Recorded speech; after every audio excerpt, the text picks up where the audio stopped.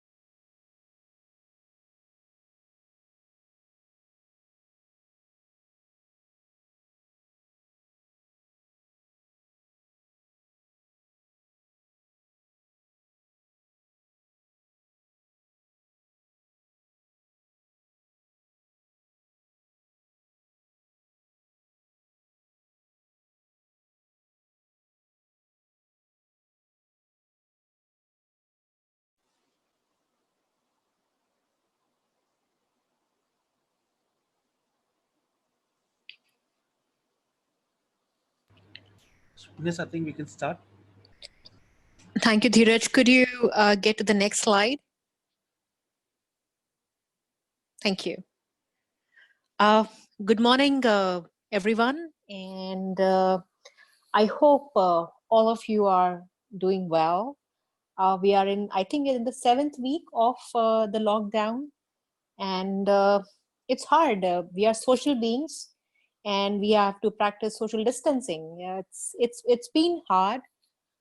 So I really want to sort of thank for the time which you are giving us, and I know a lot of us are having these knowledge sessions, and so I appreciate your attention for next 1 hour, and I do hope it would be helpful.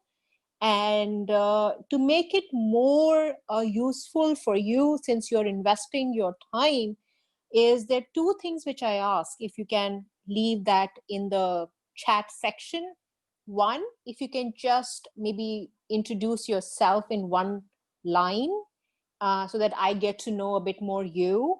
And second is, if you can tell us which brand, and it can be any brand, uh, preferably an international brand, you would want to operate in India. So if you can help me with these two questions, I guess we would have more fun, we would be more useful.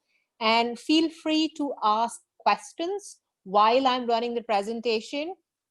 And I would, if it is relevant, I would address them while I'm talking, but definitely at the end of the session. What I want to make sure is that you get the value of the topic for which sort of you have come in, which is master franchising. So just to give you a bit of perspective, what we will cover in today's session is following. One, what is franchising in India? Its impact, the impact, the immediate impact of the pandemic on the franchising industry in India, and also what's what it has done, what's going to be the next thing which is going to be let's say coming in the franchising industry, new opportunities or the opportunities which would have become redundant. So we will spend, let's say, the first 20 minutes, 15 minutes on that. And then we would move to the broader topic for which we are, all of us are here, which is master franchising. So we will discuss what is master franchising, uh, who actually is the right guy for the master franchising, uh, what are the different what kind of process you need to go through to select the right master franchising opportunities, couple of strategies or things you need to keep in mind as a potential master franchisee. I guess these are the things I would cover. Again, more than open for any feedback. I hope I would be able to meet your expectations and answer your question, but it's a two-way process, right? Because we are not in one room. So please do voice your questions. So on that note, I would want to now start the session. Dheeraj, next slide, please. So before starting, just a bit about myself and the company I represent. So my name is Venus Barak. I'm the CEO of FranGlobal. So FranGlobal came into existence particularly to lead the business of international franchising under the umbrella of Franchise India Holdings Limited. So we are the exclusive agency where we only work with international concepts from all across the world and help them find the right strategy, the right partner, and the right structure for India. We do work with the domestic international master franchisees as well. And because in a lot of cases, they are our buyers, and they do want our help in terms of expanding the international brands they've acquired.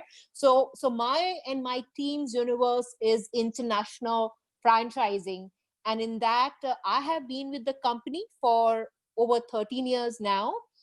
And my day-to-day job is to really speak to brands all across the world, and I mean travel the world, although I'm not traveling right now, and really find a good home for them in India.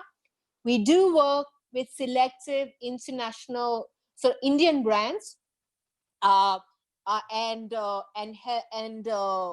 get them out of India as well. So that's, I would say, the core of our business. Would be more than happy to answer any questions if you would have in terms of who I am and what we do as an organization. So that's the bit about in terms of introduction.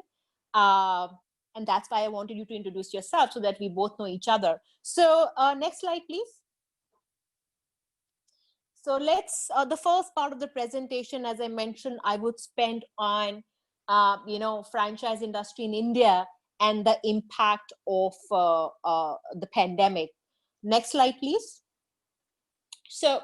So this is just sort of a bit about, I know you might have to expand the slide, but this is a bit about what is the franchise industry in India. So in India currently, I guess we are about anywhere from 45 billion to 50 billion industry. And we are actually, in terms of different franchise concepts, we are second to America, which of course is the largest franchise industry in the world, with over $3 trillion as its size in the economy. Because franchising inherently, I'm sure you would know this, is connected to what? It is connected to consumption, right? So franchising as an industry has been growing almost from last 2 decades, about 25% year on year. That's I mean, that's mind-boggling, right? But you have to realize that, of course, we are stabilizing now. We are a bit down now because of the pandemic, but the franchising industry, historically and overall, has been connected to consumption, because the most franchising you see is in what? It is in uh, preschools, it's in food and beverage, it is in salons, it is in pharmacies, convenience stores. So the biggest consumption growth in India came 25 started 25 years back. So franchising franchise industry followed the suit, and that's why you see this major retail development, which is franchising led. And just to add on that, since we are today talking about master franchising, that 95% or more international brands, anything you see, is under a master franchise structure. That's a very important point to note. And I'm not saying Indians brand don't master franchise. I've met many master franchisees of Indian brands across the country. So that factor applies. But all the international brands you see, 9 out of 10 cases, they are operating under a master franchise structure. So remember that it's a very established way of expanding into new markets. And India as a market, I guess, if we leave the immediate impact of the pandemic, should get back on its feet in terms of by next year, on the consumption cycle. And of course, franchising would follow. Remember, franchising always follow what? Always follow consumption. And that's what we will talk about in our later slides, that if this pandemic has changed the way we consume, because franchising at the end of the day is a way you distribute your product and your services for more people to consume without giving your equity in the business or getting the funds from the bank. So that's the bit about it. You can see, I guess we should be about $100 billion industry in next 5 years. Yes, the impact of COVID-19 would make that number, I would say, minus by 20% or 25%. But nevertheless, in next 5 to 6 years, you're going to be seeing the franchise industry doubling in its top line, which as a prospective master franchise is a very important point for you to note. So I guess that should be okay for this. Next slide, please. Yeah. So this is, as I mentioned, we will briefly discuss, the immediate impact of the COVID-19 pandemic on different sort of industries, which have sort of franchising as a major vehicle. So the green ones are the ones which are okay, and you would see that the red ones, the difference between the green ones and the red ones and the yellow ones are what is the split between essential and non-essential, maybe except transport, but because there's a lockdown, so transport also has become non-essential. So groceries, again, high demand. Transport is a bit yellow. I guess it might be in red, actually. Clothing, fashion, of course, there is the hardest industry hit are the ones which have time-bound inventories. For example, fashion, lifestyle, automotive dealerships. These guys I would have the hardest. So they are badly hit. Healthcare is positively as well as badly hit as well. Hospitals are one way they are overwhelmed with the patients. On the another way, they are not being able to conduct elective surgery. So it's both ways for healthcare. Education actually also is, I know it's red because the schools are closed, but the consumption of education has not stopped. In fact, it has become more decentralized. So we'll talk about that, how this space has changed and which might be of relevance to you. Furniture, again in red, definitely in red. Communication, definitely green. Alcohol, red, definitely in India because it's banned. Although I guess there is a point going on, they should get it back because tobacco and alcohol has is a major tax revenue sectors. Restaurants definitely red, unless you're running cloud kitchens near residential areas. So recreation 100% dead, I guess, and it will be dead for another 3 to 6 months, 6 months at least. So overall, I guess so. If but you have to see, this is the immediate short term impact. uh, once the market opens up, which again we don't know the timeline, these would get back to their feet eventually. I guess let's give them a year's time or so. But this has been the major. It's very sad, as you can imagine, because remember, our franchise industry is, whether you talk about the franchisor or the franchisee, are micro businesses. So our industry has been hurt very badly. It is going to take a lot of time, and I guess that's why we are talking to a lot of people and try and see that how when we have this time, how can we be better prepared once the market opens up. So this is the immediate effect of the pandemic on our franchising industry. As you can see, especially the major categories like food and beverage and education, it is very, very severe. Next slide, please. So now, so this is the immediate impact. Now, then what happens, I guess, as a result of this?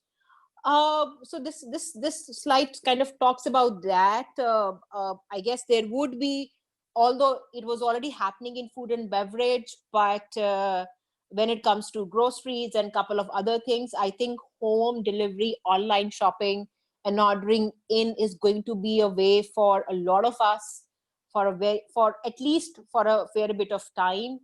Uh, we will see a significant switch in the way shopping is done. uh, People would be wary of going to crowded places. So neighborhood concept, that's one thing which has emerged out of this, which should be actually a good. This, I mean, I know things are bad, but this has been a tremendous point of acknowledgement because of pandemic, that that which has really brought back our neighborhood shopkeepers, which I guess franchising is all about, is about the neighborhood guy. For example, I'm sure you would know somebody who runs a 7-Eleven in the US, in your family or in your friend circle. There are thousands of them in the US, and 35% of them are actually owned by an Indian couple. So I think that's a very good factor which actually works for our industry. That means that that there's a more local inventory which which has opened up, and which will open up more, and our daily consumption product and services are going to be driven by this large local inventory, which again is driven by. So I think we would see a lot of concepts coming near to us. Uh, uh, and so, which means, yes, there are thousands of neighborhoods in India which have franchise concepts. But what I'm saying is, it would be a further expansion of that, because these markets generally are overloaded. So you would see a lot of new neighborhood markets being developed and getting the attention they need, because going to malls is going to be very selective, at least for another 1 year or till the time we are vaccinated. That's what we think. So from a master franchise perspective, if you get a concept, which let's say you live in I live in Delhi NCR, right? Which I can put into 500 neighborhoods in Delhi NCR. I mean, that can be a very big opportunity to think in those terms. Just I guess we were only thinking about malls till now before pandemic, but now we are thinking a lot about these. So that's a very good development. And one more thing, you have to remember, food and beverage sector, which has about 45% of market share in franchising, is going the way of what you would call the cloud kitchen or ghost kitchen. So a famous pizza or burger brand would be opening up these cloud kitchens. So you would not know, you would be ordering the Domino's pizza, for example. Again, I'm not talking about Domino's particularly, but they would not be operating from the branded store. You think it might be a cloud kitchen just right next door. So just imagine the kind of real estate inventory which is already available to us, and now it really becomes part of the economics. So that is a very interesting concept which has come up. And again, we are going through it. This is something which I believe business would need to integrate home deliveries across categories, not just food service. Food retail, for example, we mentioned about groceries. Pharmacy very can be actually very big, again driven by neighborhood pharmacy. So FMCG, apparel, I guess, we would see, and this might be a completely, sunshine opportunity that, uh, for example, let's say a formal wear, I don't see that. I think it's not too implausible to imagine that Raymond, for example, again, not specific brand, I'm just giving an example, is sending, let's say, 20 different suit pieces to you for you to try and then buy, and the payment is online. There might be a service charge for the person to come in and give you that service, but I guess you would see that coming in. So the concept, which was totally exclusive to what you would call the MLM companies like Amazon, Amway and Tupperware, where the product was coming to your home, I guess uh, that's separate, but there would be some involvement of this concept of bringing in the service, product plus service, which might be an opportunity in itself. Tech integration, I guess you already know, if you have children who are in school or colleges. I have a nephew who is in Dubai, and he every day my sister sends me, so him doing his study in front of a computer, and it keeps my sister busy. But I guess uh, it is not going to completely go away, because we know this, that there are some inherent redundancy in our education system. For example, 90% of kids in India take private tuitions, right? But 99.9% of those private tuitions are mom and pop, because it was always considered that the physical proximity is important, even though the same teacher who is teaching you in the school is taking the private tuitions with 10 other kids. But I guess now that barrier has been crossed because of this urgency, and we feel and we predict there would be a very big opportunity coming in to on the supplemental education in India.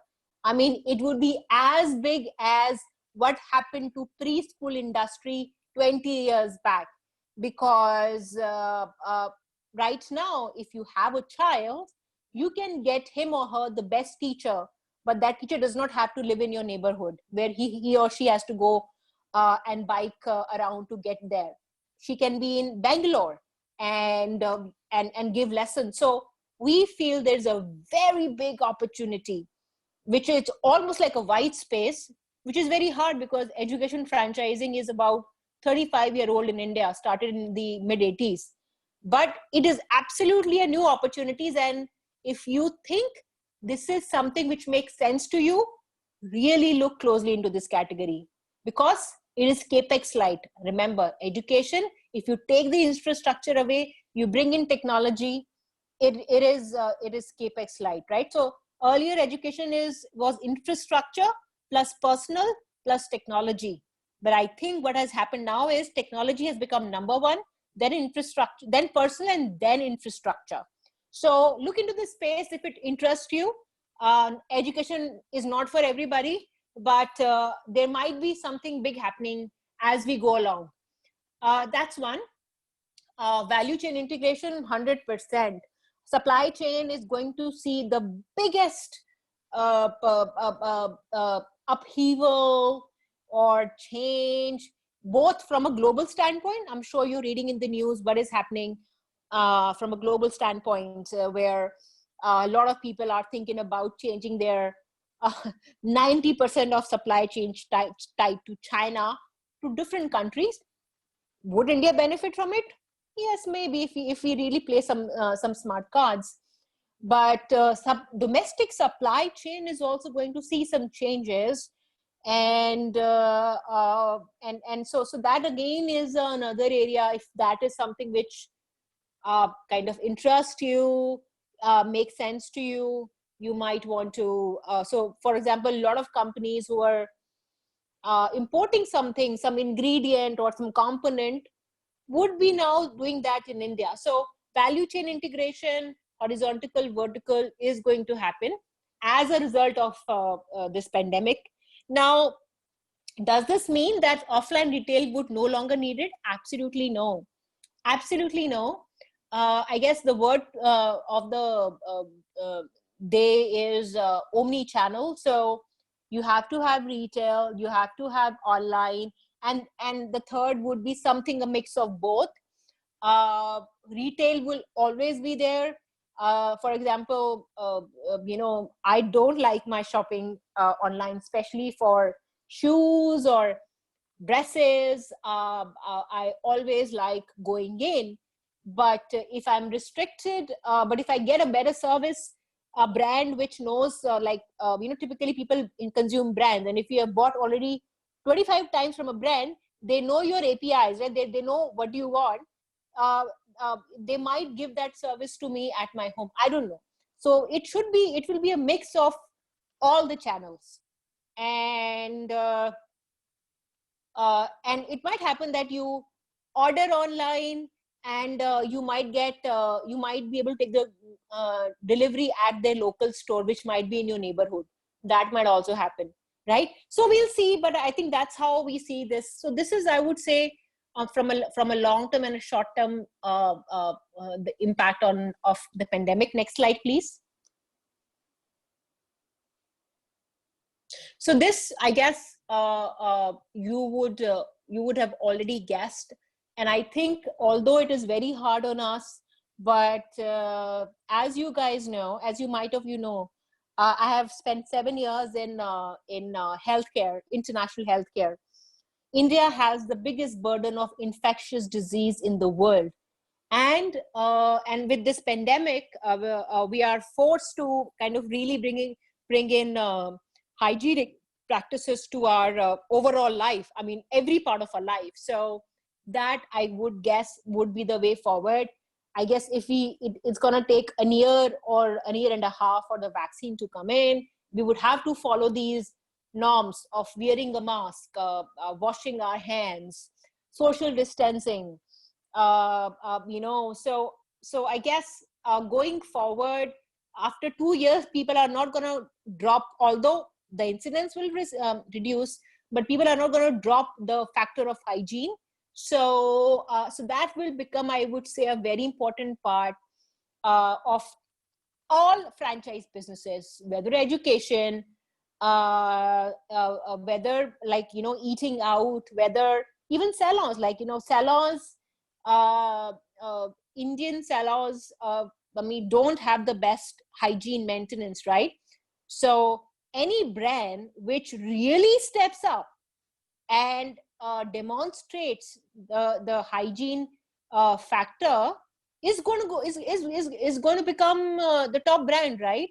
So you would see a lot of brands incorporating the standards, the hygiene standards, which hopefully would stay for a long time with us, because we have the largest number of infectious diseases in the world, and this hygiene, I guess, is the best way to manage. So next slide, please.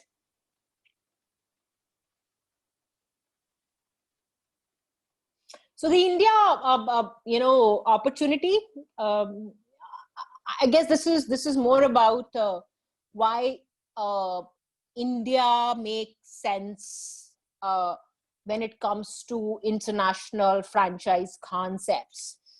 Just a second. Because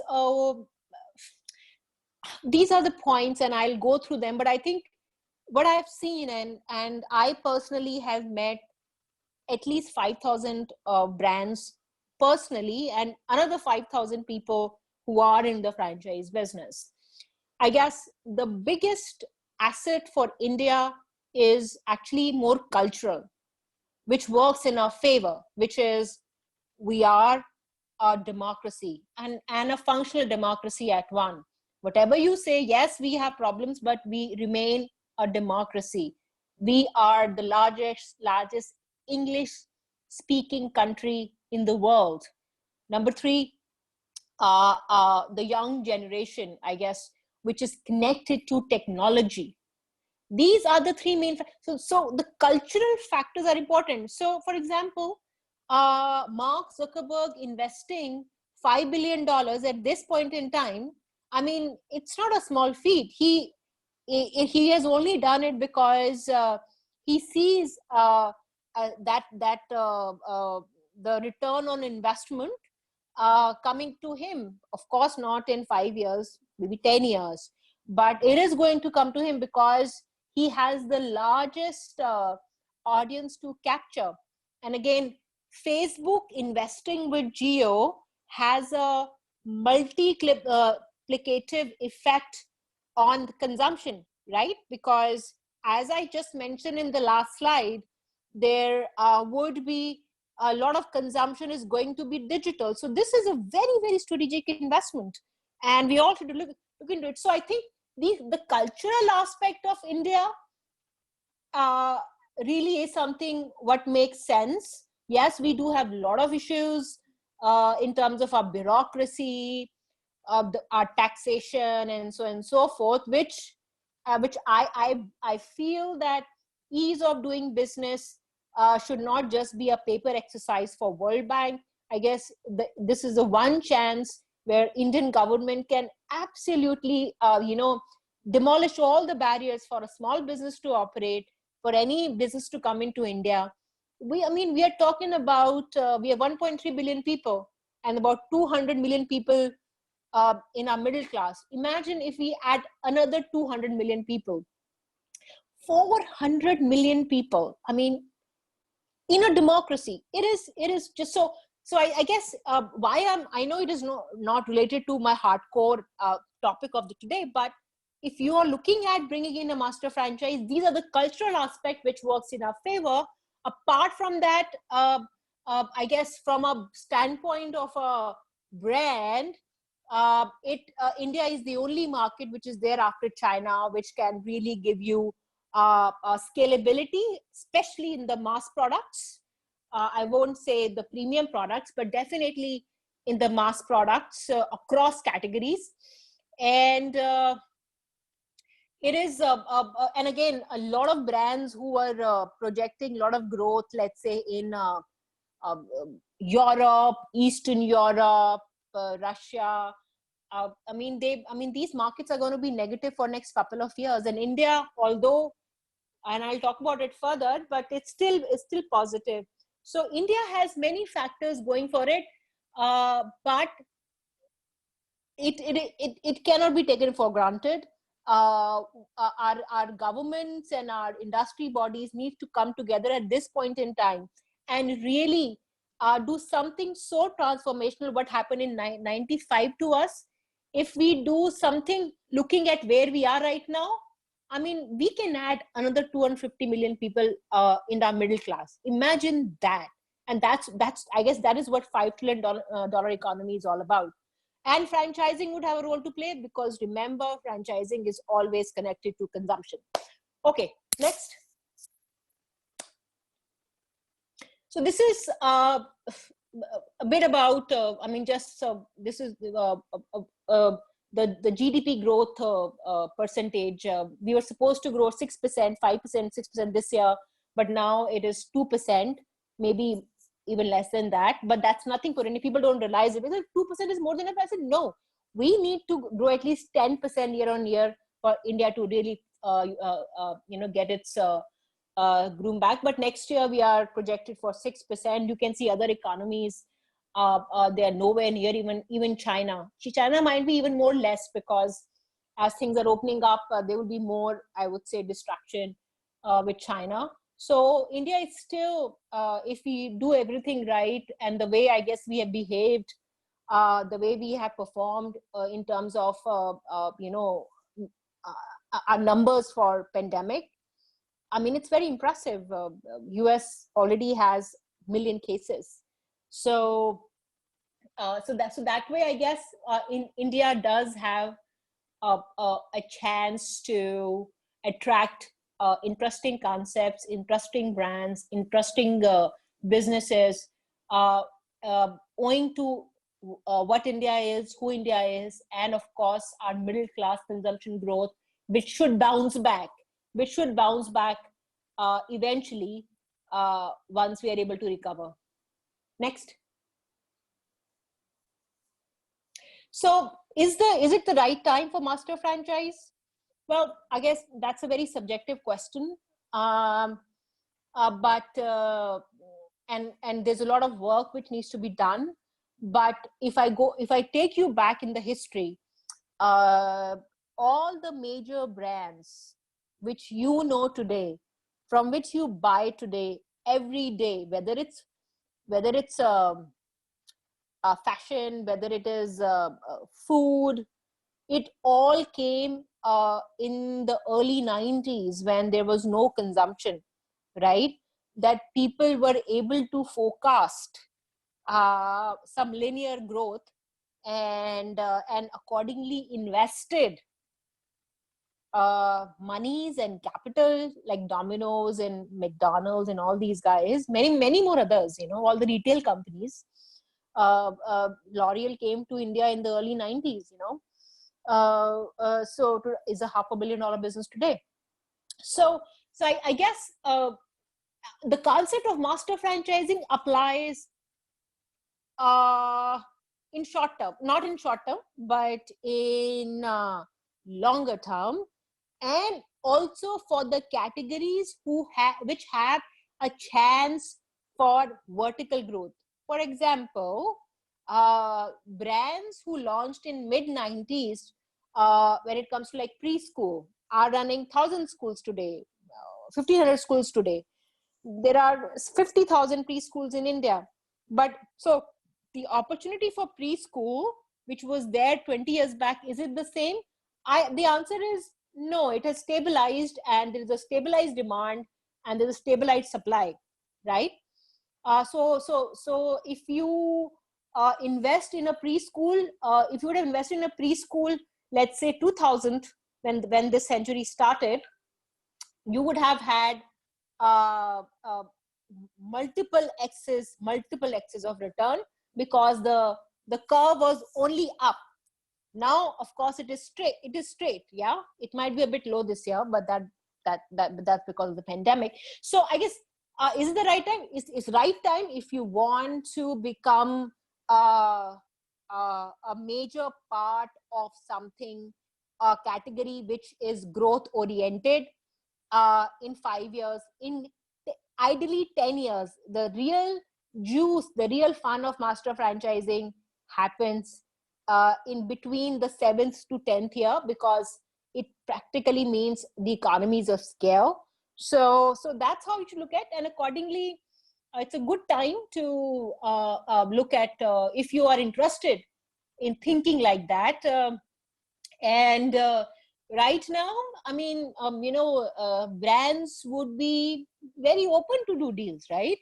Because the way the economy is, and major Western economies are the hardest hit, yeah, right? So the deals which were not there, which were not existent 3 months back at the beginning of this year, are available right now. So so some tactical thinking, apart from long-term thinking, some tactical thinking can also come handy, because brands are open and the brands are still and I've spoken to 10 different brands in last week or so. 5 of them signed contracts with China last year, but they don't see any development coming for next 2 years. So I guess India can benefit from this sort of a geopolitical stuff which is happening. And apart from the long-term thinking, if you think tactically, there might be some brands who you might be able to back because of the pandemic being hit, their economies being hit badly, and India is a market which really makes sense. And again, I guess everything is up for negotiation right now, especially in franchising, because as I mentioned, it is the worst hit industry, because franchising is all about micro and small businesses. So that might be, and again, I guess essentially need to look outside of preconceived notion of retail stores with franchising. As I mentioned earlier, every brand which was coming in India, all my clients, myself, everybody, okay, you bring you sign a brand, and then the next day you are sitting in front of a couple of mall owners, right? Mall operators to get the space. But I guess we're not thinking like that anymore. So think beyond retail stores. Healthcare, you would see, as I mentioned, education, a lot of evolution coming in healthcare, a lot of it actually. Home-based neighborhood concepts, you would see an absolute vertical growth. Cloud kitchens, more and more cloud kitchens. Edutech, coaching business, and again, not just let's say coaching is across categories. It can be fitness coaching, health coaching, like a doctor, a psychologist, teachers, and so on and so forth. And so that's what we see. So it totally is very subjective, and I'll be more than happy to answer your questions once we open up. Next slide, please. So choosing the right brand for your master franchise contract. Next slide, please.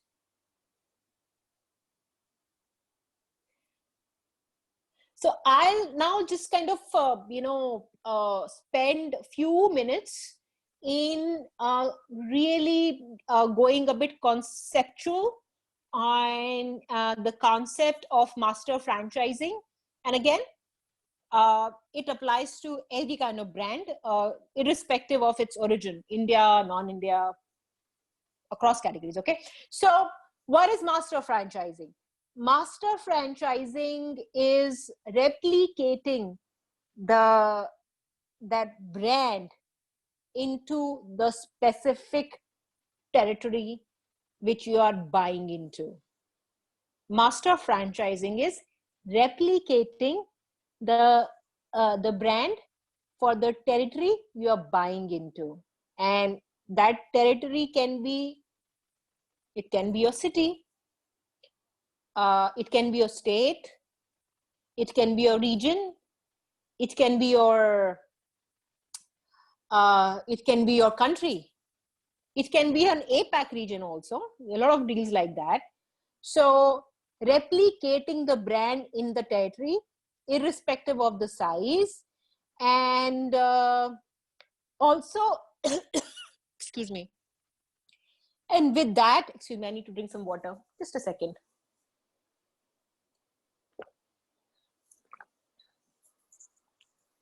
And master franchising typically also entails sub-franchising. However, sub-franchising factor is a negotiation factor in the sense that you have to put some development yourself so that you can perfect the model, get the supply chain in order, and then only sort of start sub-franchising. And you have to have so every master franchise contract, the most important parts are development schedule, which is one of the most important schedules. So if you do not adhere to development schedule, you can be terminated. And I mean, it can affect your contract, I'm sorry. And the term is very important. Master franchise contracts typically are not less than 10 years. Ideally, they should be 20 years. And they are for 20 years, typically with the renewal fees after 10 years. Because for a master franchise, the first couple of years, you don't make money. It's investment. It's an asset building business.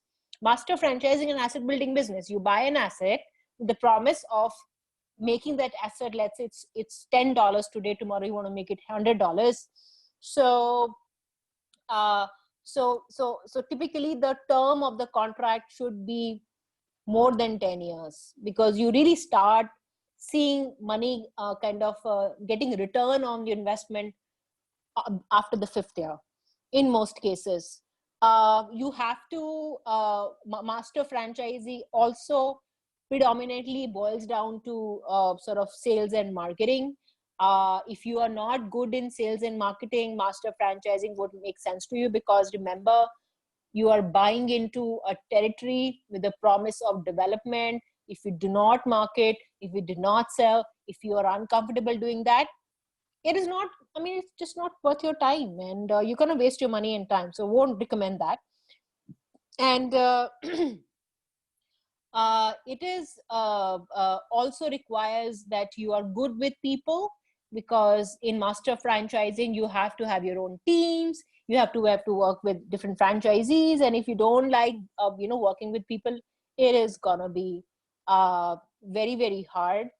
And master franchisee at the end of the day, because remember, who is a master franchise? Master franchisee is replicating the brand, which means they are the brand in the territory. Is driven by the franchisee's income. So that's why being good at sales and marketing is very important. At the end of the day, master franchising, irrespective of its size or the brand or its origin, really is a combination of being, one, spotting good opportunities, number two, driving good deals with the main brand, number three, putting together a good core team and supply chain, and number four, marketing and being just tremendous in marketing and sales. In my experience, people are good in the first couple of areas, but just don't they might spend, let's say they might spend 5 crores in setting the initial up, but they won't spend 5 lakh rupees in marketing and selling. So it's a very important part. If you do not understand that part, or if you don't like that part, it's going to be very tough for you as a master franchise, because at the end of the day, you are really buying into a promise of a brand for a territory in terms of developing that territory. So those are I would say, the main factors. And as you can see on the slide, there are different kinds of master franchise. Master franchise is one, and then you have area franchise, which is limited to a city or a state, although that applies to master franchising also. The difference is, I have, how much time I have? We have 12, 13 minutes. Okay, so I'll quickly finish. We have some questions. Not yet. I've started the poll, so I think after the session I can announce the results of the poll. Okay, I'll try to finish quickly, Sure. but we should have had more time. Uh, so that's about master franchise. Next slide, please.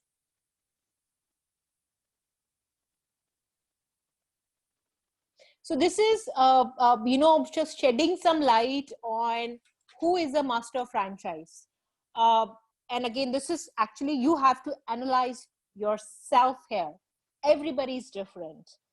For example, if you talk about me, I guess I am reasonably good at sales and relationships and business development, but I'm not good at operations, but I'm ready to hire people. So you have to analyze what are your strengths, what are your weaknesses, and if you are not open to fill those weaknesses by hiring good talent, it will be hard for you to master franchise. So I guess I mean, I would not go into detail, but again, go back to what I mentioned. Fundamentally, master franchising is development, marketing, in sales, so you should be ideally be good with those concepts. So if you have managed either as a professional or as an entrepreneur, big businesses, big teams, then master franchising might make sense to you. Next slide, please. So I'll just go, this again, this is not my theory, this is my boss's theory. I will try and go through it. It's called Picasso theory. It really kind of takes you through a process when you are evaluating the franchise for you. So P means proof of concept, innovation, capital, and again, I'll just focus just few more moments on capital. I'm sure a lot of you would have questions about capital. So when you look at a master franchise concept, capital has different, I would say, dynamics. There's one capital you need at the beginning of the project, and if you develop the brand, you should be able to bring in capital from external sources. Of course, you will be getting capitalized by the sub franchisees, but you should be able to either borrow money, because again, remember, Jubilant went public with the master franchise, right? They didn't have any land. So capital, so from a master franchise perspective, you need to evaluate your couple of things. One is, what is the available capital? Yeah, that's one. Number two, what kind of access to capital you have other than sub franchising? Number three, what kind of capital you would need from day one to, let's say, next 3 years. So these are the few things which you need to keep in mind. Adaptability, sustainability, scalability. Scalability important for you again, because remember, you're buying into a territory. It's very important. If the concept is not scalable in Indian market, unless you're dealing in the luxury space, it's going to be very hard for you to survive. And the ownership. Next slide, please. How to choose between master franchise opportunity. I guess these are four areas you can evaluate. Opportunity, which might actually make more sense for India, because India is a market which has such a big consumption curve. So I guess, especially in where we are right now, I would not recommend you investing into, let's say, big capex heavy concepts. No. Opportunity, what is the opportunity? Is that opportunity going to be vertical for next 10 years, going to stabilize, going to go through evolution? Is it connected to an already existing established industry as a supplemental, or it is absolutely creating a new industry? So you opportunity evaluation is the most important factor in choosing a master franchise opportunity.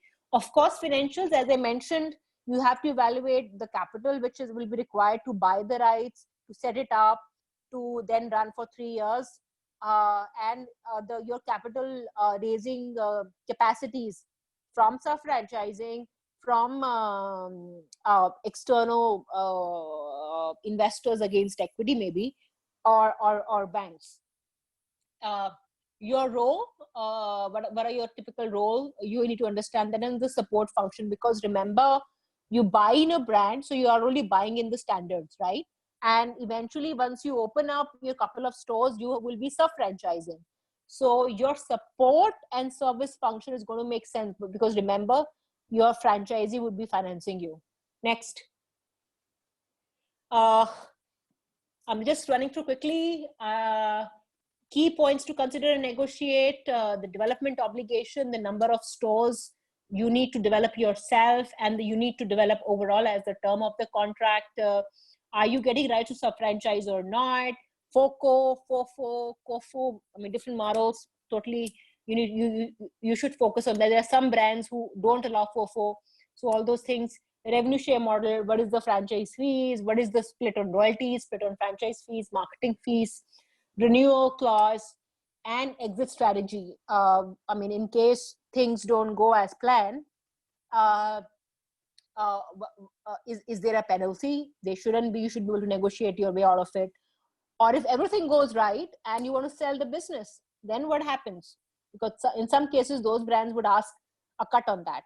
So these are different points you can consider. I can expand on that, when I speak to you individually, if you would have any more questions. So I think just ending this next slide, please.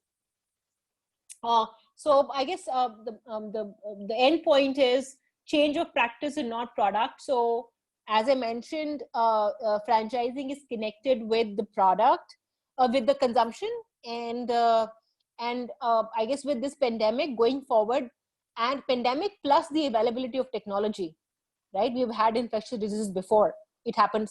SARS actually had more mortality than COVID, but I guess combined with the impact of a pandemic with technology and over leveraged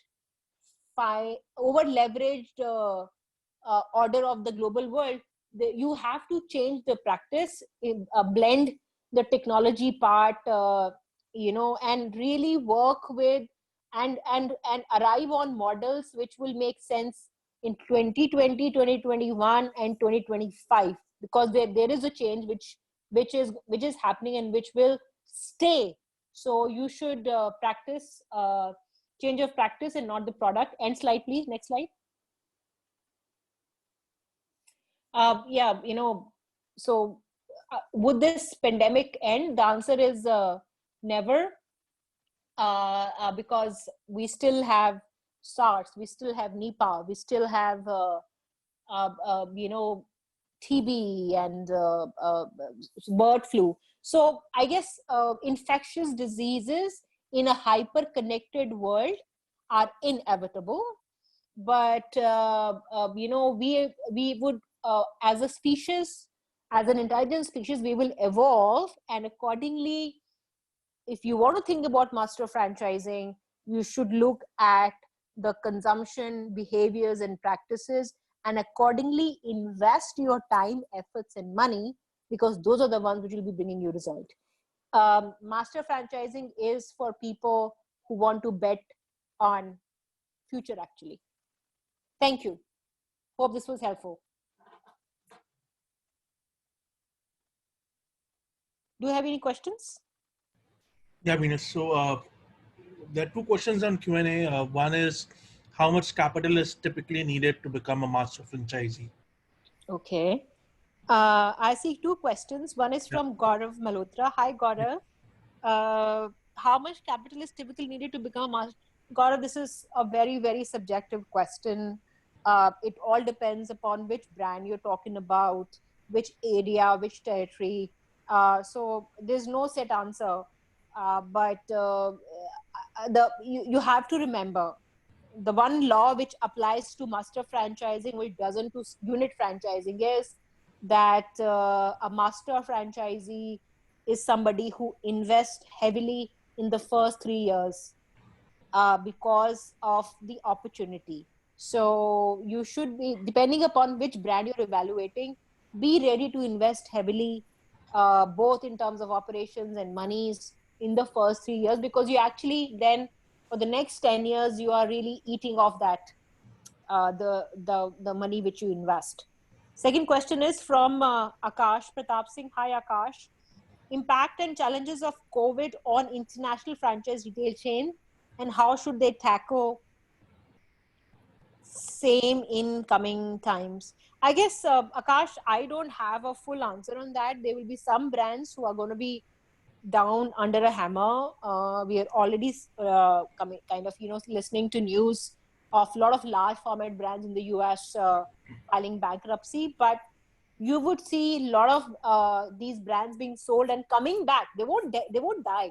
They'll come back in a new format, and so a lot of these brands are going to be really sort of getting them financed, and really sort of tying up this challenge which is there for next 12 months. And again, as I said, retail brands would see this mix of e-commerce, large format retail to service part of the retail as well. Next is, do you have any running existing master franchise available for resale? 100% Rahul Jain. Please set a session up. Kanika and Dheeraj, if you can please ask Sure. Rahul to please set up a call with me. What type clients invest in master franchise? Sarat Babu, well, I guess I think I did explain in my session who is a master franchise. I hope you listened to that. What kind of support or services we can expect from FranchiseGlobal? So we are a complete franchise support organization. We can help you from we work with a lot of very reputed business families in India to help them find the right opportunity, find the right industry, contact the brand, put the right structure to the deal, negotiate and close the deal. So that's typically how we can help you. What brands options you have at present? Hi Teji Sabarwal. Dheeraj, could you please share our brand deck with Teji? Sure. Do you have any electronics related master franchise opportunities? I don't have. No, Kiran, don't. Can we get this recorded PPT? Sarat Babu. Dheeraj, could you please do that? Sure. Okay. And just 1 second, there's another question in the chat section. Just one last question. Any immediate franchise opportunities from major brand in Andhra Pradesh? Sure. Andhra Pradesh, that's Hyderabad or no? That's not Hyderabad, right? No, Andhra Pradesh. Yeah, I guess we can talk one-on-one on this. It's a very individual question. I'm sure there are. Sure. I've noted it down. I think there are a lot of sort of people have said who have introduced. Hi, Sandeep Goyal. A lot of options we have in education industry. So please, speak to us, and I'll set up my session. I'll be able to introduce many education concepts. Nishad joked down. Dheeraj, if you could please send him the Fat Burger franchise details. Sure. Hi, Monica from Indus Technologies. Please reach out to us if you would have any questions. Hope you enjoyed this. Nishad, we have many brands in F&B as well. So Dheeraj, please share the deck with him. Sure. And I guess we're done? Yeah. Okay. Thank you so much, everyone. And please let us know how this was, and I hope you found value. Reach out to us, speak to us, write to us, and more than happy to kind of really spend one-on-one time with you and see if this is something which will make sense to you. Thank you so much. Just Please take before care. we end, I'll quickly announce the poll results. So one was, what is the biggest barrier for you to choose a master franchise? Okay. 44% chose capital, 33% said operation, another 33% said marketing and sales. Okay. And another poll was, when are you likely to buy a master franchise? So majority of them, 36% said within 0 to 3 months, 21% said 3 to 6, 29% 6 to 12, and another 29 12 plus. Good. So I think, as I mentioned about capital, see, when you look, if you really are the guy for master franchising, and capital is not a linear concept. You can raise capital by bringing in different partners. So, but you got to have the right profile. You have to have the right brand. A lot of investors are available. So think a bit out of the box, or just think there is no box. And capital, uh, thinking about capital when you talk about master franchising is, yes, you have to have some skin in the game. You have to have some, but you should be able to raise money as well from different people who might be your friends, might be your family, might be in a network. Because in most cases, a lot of young generation of master franchisees is either from large families or bunch of friends coming together, putting capital and their experience and their efforts for building something which would pay them back, let's say in 3 to 4 years time. All right. I think we can end now. What is your big bet on the next franchise brand in India? Girish, I guess, I am in the industry. I I guess you don't bet any big on the brand. I would maybe try and see what big categories we can bet on.